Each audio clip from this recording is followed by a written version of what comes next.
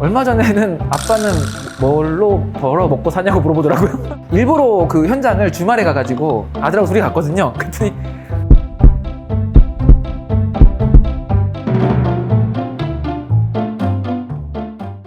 서울법학원 감정평가 실무를 담당하고 있는 유도훈 평가사라고 합니다. 저의 이제 인생 그래프를 한번 그려보라고 그래가지고 해보도록 하겠습니다. 저는 이제 원래 대전 사람이에요. 대전 사람이어가지고 어렸을 때는 그냥 평범한 부모님 밑에서 그냥 쭉 자랐고요. 그냥 계속 기분 좋았죠, 그죠? 어렸을 때는 그냥 뭐 고민이 없으니까 1점으로 쭉 가다가 옛날 일이지만 97년도 IMF가 있었거든요. 저희 집이 IMF 가족이었었어요. 그 당시에 이제 아버님 퇴사하시고 그 당시에 좀 어려웠죠. 뭐 내려왔었겠죠? 50점 정도 할까요? 그래도 행복했으니까요. 뭐지? 뭐 반항이나 사춘기 그런 건 없으셨어요?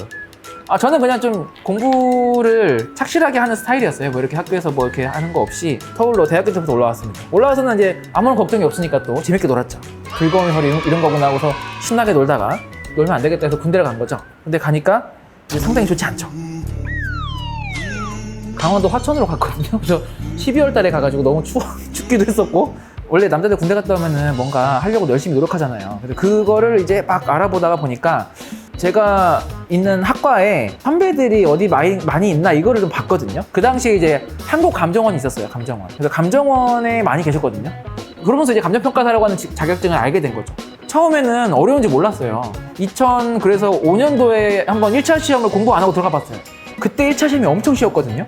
빠르게 나오더라고요. 그래가지고 공부를 하고 시험 봐야 되는 거구나 라고 생각을 하고 이제 학교를 다니면서 1차 병행을 했죠. 8월 달에 있었던 2차 시험까지 쭉 공부를 한 거예요. 근데 제가 기억나는 게 저희 이제 조부모님이 갑자기 둘 다 돌아가셨는데 이제 그것 때문에 대전에 내려가니까 좀 상황이 좋지가 않은 거를 제가 짐작을 했죠. 이미 공부를 시작할 때여가지고 뭐 중간에 끊을 수가 없잖아요. 제가 지금 가서 갑자기 뭐 돈 벌 수 있는 것도 아니고 그래가지고 4개월 남았으니까 4개월 동안은 내가 할 수 있는 게 없으니까 일단 좀 스트레스는 받지만 잊으려고 노력하고 공부를 했어요. 공부를 해가지고 합격자 발표날이 기억나거든요. 발표날. 만약에 합격자 발표가 12월 17일이다 라고 하면은 12월 16일 날 석간신문에 나왔어요. 이게 테넷이 되면은 막 서울신문사 앞에 막 사람들이 막 바글바글 있는 거예요. 그거 가져가려고. 저는 이제 거기는 못 가겠더라고. 너무 이제 긴장돼가지고 종로를 왔다 갔다 했거든요. 그 당시에도 이제 지금 와이프도 만나고 있었으니까 둘이서 왔다 갔다 했지. 다행히 혼자는 아니었습니다.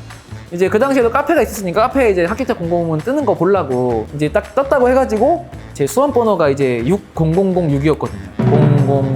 0006 이거를 딱 확인했죠. 정말 소리로 빽 질렀지. 전화를 이제 부모님한테 먼저 했을 거잖아요. 하는데 그때 눈물이 나더라고요. 왜냐면 이렇게 힘들었던 기간이 이렇게 있었다고 생각을 해서 그런지 그때 막 엉엉 울었던 것 같아요. 뭐 그 다음부터는 이제 되든 안 되든 빨리 취업을 하려고 했었죠. 운이 좋게 됐어요. 그래서 갑자기 확 올라왔지. 마이너스도 있네. 저는 계속 높으시길래 인생에 이 마이너스가 한 번도 없으셨나? 마이너스가 사실은 이것도 어려운 분들에 비하면 마이너스라고 볼 수도 없죠. 경제적으로 어려웠었던 적은 있었죠. 2008년도에 이제 일을 시작했잖아요. 옛날에 내가 살던 집 경매의 감정서 봤다니까요. 낙찰된 것도 있고 그리고 뭐 소유권 이전된 것도 확인해보고 그냥 그 정도로 이제 어려웠었던 적은 있었죠. 이미 합격하고도 저는 제가 밥벌이 먹고 살고 있으니까 그렇게 우울한 상태에서 보진 않았었어요. 저는 그냥 삶에 대해서는 그냥 항상 긍정적이라고 생각하고 싶습니다. 이렇게 뭐 강의를 시작하게 된 에피소드에 대한 부분도 이제 말씀을 좀 드리면 안 믿으시겠지만 저는 우연찮게 시작했어요. 진짜로. 저랑 같이 공부하던 그 형님이 한 분 계셨는데 그분이 이 서울법학원에 강의를 하겠다고 지원을 한 거예요. 강의를 시작해야 되는데 한 보름 전인가? 전화 와가지고 도훈아 네가 좀 대신해라 이러는 거예요. 형님 저는 뭐 수험 기간도 짧고 할 수 있을까요? 했는데 저는 사실 공부할 때부터 실무 정도는 할 수 있겠다 생각을 했었거든요. 실무 문제는 이런 문제는 나도 출제할 수 있겠다 이 생각을 제가 당돌한 생각을 했었어요. 그래가지고 마침 실무 과목이었었거든요. 그때부터 시작된 거죠. 그때부터 정말 우연찮죠. 그때 안 했으면 저는 아마 강의 안 했을 거예요.